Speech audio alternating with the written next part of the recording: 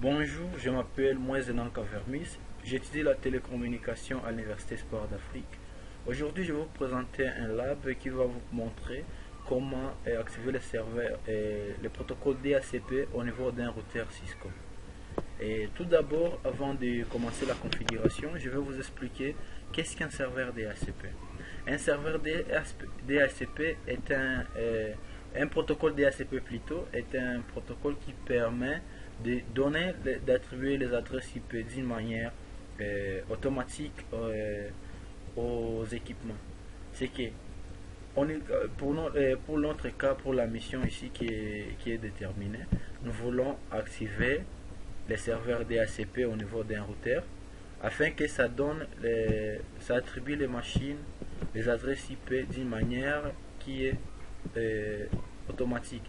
C'est très important les serveurs DHCP parce qu'on ne sait jamais si vous partez dans une entreprise où par exemple il y a plus de 800 machines, vous ne serez pas obligé de partir à chaque machine pour configurer pour donner les adresses IP statiques d'une manière statique, parce que là vous pouvez vous tromper, vous pouvez donner il y a des machines que vous pouvez essayer de donner les adresses IP à qui vous avez déjà utilisé. Alors pour éviter les problèmes là comme c'est ça que je dirais donc l'oubli, et pour prévenir, vous devez activer au niveau de votre serveur un rôle ou le protocole DHCP afin que le routeur lui-même se charge de l'attribution des adresses IP aux équipements. C'est que pour que aussi une machine puisse trouver l'adresse IP d'une manière automatique, il faut aussi que la machine soit en mode DHCP. Ça veut dire vous activez la découverte du serveur qui va offrir. La machine doit découvrir qu'il y a un serveur ou un routeur, ça dépend, qui va lui fournir l'adresse IP d'une manière automatique. Ainsi, je vais procéder par la configuration. Nous avons déjà notre architecture comme ça, et ça est là, vous le voyez, tout le monde vous voyez, et c'est une topologie en étoile parce que si vous voyez bien, il y a toutes les machines sont connectées sur un équipement central qui est un commutateur. C'est que ça forme une étoile, donc ça forme une étoile, oui bien sûr. Et puis on va commencer la configuration. Au niveau de notre routeur, je clique sur le routeur et puis je pars dans Command Line Interface, qui est le système embarqué qui se trouve dans le routeur Cisco. Je tape la commande non et puis je commence la configuration. Pour configurer un équipement Cisco, il faut avoir le mode privilégié, être un super utilisateur afin d'exécuter les commandes qui pourront influer et jouer sur le routeur. Puis je tape la commande Enable pour avoir les modes privilégiés. Après là, je tape la commande config terminal. Après, je vais choisir une interface sur laquelle je vais activer le protocole DHCP. Et je tape la commande. J'ai choisi par exemple l'interface face Ethernet 0/0. Un routeur Cisco a plusieurs interfaces, mais moi j'ai l'interface, si vous voyez bien, il y a face Ethernet et 0/0 et 0/1. Et puis je me dirige sur l'interface face Ethernet, j'abrège FA0 0/0pi. Je vais allumer l'interface parce que si vous voyez bien, l'interface est en alarme là-bas, c'est en alarme.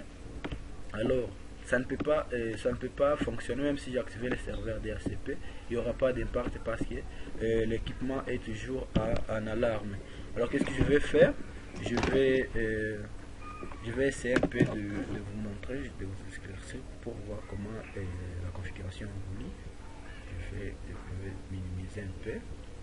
Vous voyez que l'interface ici entre 0 et entre le switch et le routeur, c'est toujours en alarme. Et puis je vais allumer ça. Merde, je suis sur le switch, pardon. Je vois, ok. Je tape la commande non shutdown pour allumer l'interface. Si vous voyez bien, directement l'interface change l'état et ça devient en rouge. Alors là, je vais donner l'adresse IP à l'interface. Et la commande pour donner l'adresse IP à l'interface sur un routeur Cisco, c'est IP address. Je donne 192.168.0.254. Je donne ça. Les routeurs, la passerelle a toujours la première ou la dernière adresse. C'est assez par convention qu'on fait ça. Vous pouvez donner autant que vous voulez, mais là c'est plus mieux parce que vous ne pouvez pas vous tromper. Une fois que vous avez appliqué cette méthode de masque sous réseau 255, 3 fois 255, puis 0, et puis je fais go. Alors maintenant que j'ai donné l'interface, l'adresse IP à l'interface, il faut que j'active aussi les rôles DHCP, parce que ici, même si j'ai parti sur la machine et que j'ai activé les DHCP, la machine n'aura pas les DHCP parce que je n'ai pas activé. Il n'y a pas parce que la machine ici fait les requêtes et pour demander l'adresse IP, mais ça va manquer le serveur qui va l'offrir l'adresse IP. Alors je vais activer les DHCP au niveau du routeur afin que le routeur se charge lui-même de donner les adresses IP d'une manière automatique aux machines. Donc je vais taper IP DHCP pool, je mets hop LAN. Vous pouvez configurer plusieurs pools sur votre routeur, ça dépend. Et puis je spécifie l'adresse réseau network. Je mets 192.168.168.0.0 et puis je mets le masque sur réseau 3 fois 255.0 et puis je fais merde, j'ai loupé quelque part. Network 192.168.0. Oui, j'ai mis O au lieu de 0 et puis je fais go, ça passe. Et puis je tape la commande, je spécifie les routeurs, les gateways, je fais default route qui est le gateway. Je mets 192.168.0 ou même .0.254. C'est le routeur, le gateway même. Je donne le DNS. Ça c'est pas obligé quand vous n'avez pas de serveur DNS. Ne mettez rien, mais moi je prévois, je mets même mon gateway et DNS server. La commande c'est DNS server, c'est 192.168.0.254. Je mets l'adresse même du routeur, du serveur.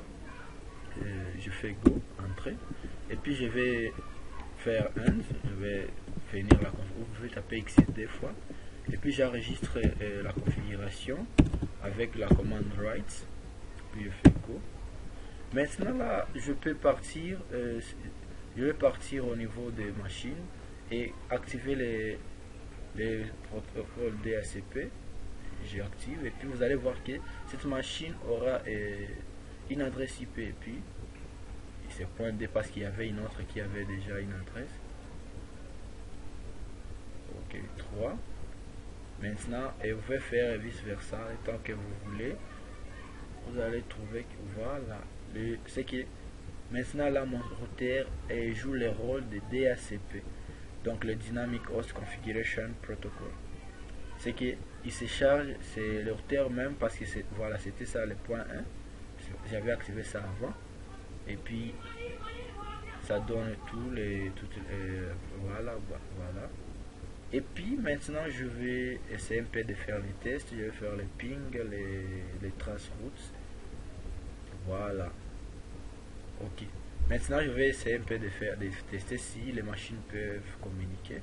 je suis sur la machine ici. Je pars dans commande prompt, je vais taper la commande ipconfig pour voir l'adresse IP. Et ici c'est 192.68.0.6. Si je vais tester si la machine .6 peut communiquer avec la machine .1, je vais pinguer si la machine, pour voir si la machine par exemple 4 existe dans les réseaux. Je vais pinguer son adresse 192.168.0. Par exemple 3, je mets .3. Là c'est pour tester si la machine .3 existe dans les réseaux. Vous voyez, voilà, ça y est, la machine est là, c'est que ça passe bien. Et puis je vais essayer un peu de faire les tests.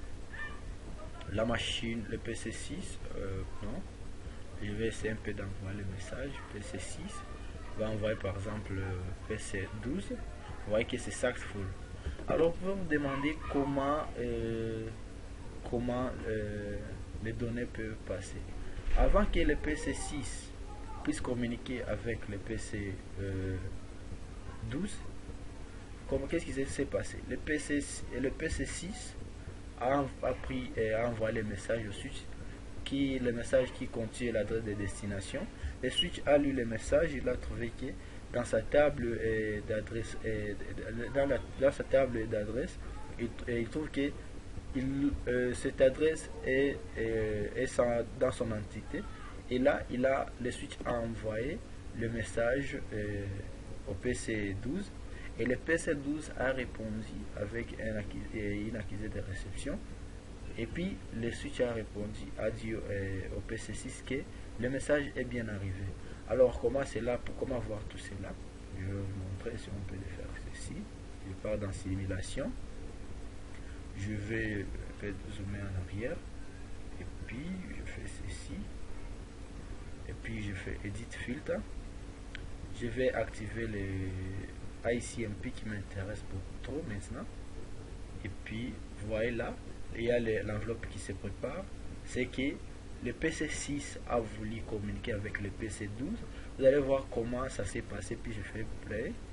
Vous voyez que le PC6 a envoyé le message au switch. Le switch a envoyé aussi le message à la destination. Et puis la destination a remis l'accusé de réception. Et puis le switch aussi va dire au PC source que l'expéditeur que le message a été bien arrivé. Vous voyez que ça s'est très bien passé. Et vous allez voir, je vais faire ce clé event. Ok. Et c'est donc ça, comme ça qu'on configure un serveur DHCP. Comment vous pouvez tester votre réseau. Et si vous avez des problèmes, n'hésitez pas à me contacter. Sinon, tout va bien. Essayez un peu de travailler. Parce que c'est simple si vous vous habituez seulement. Et merci, je vous remercie beaucoup. À très bientôt pour les nouveaux tutos. Merci.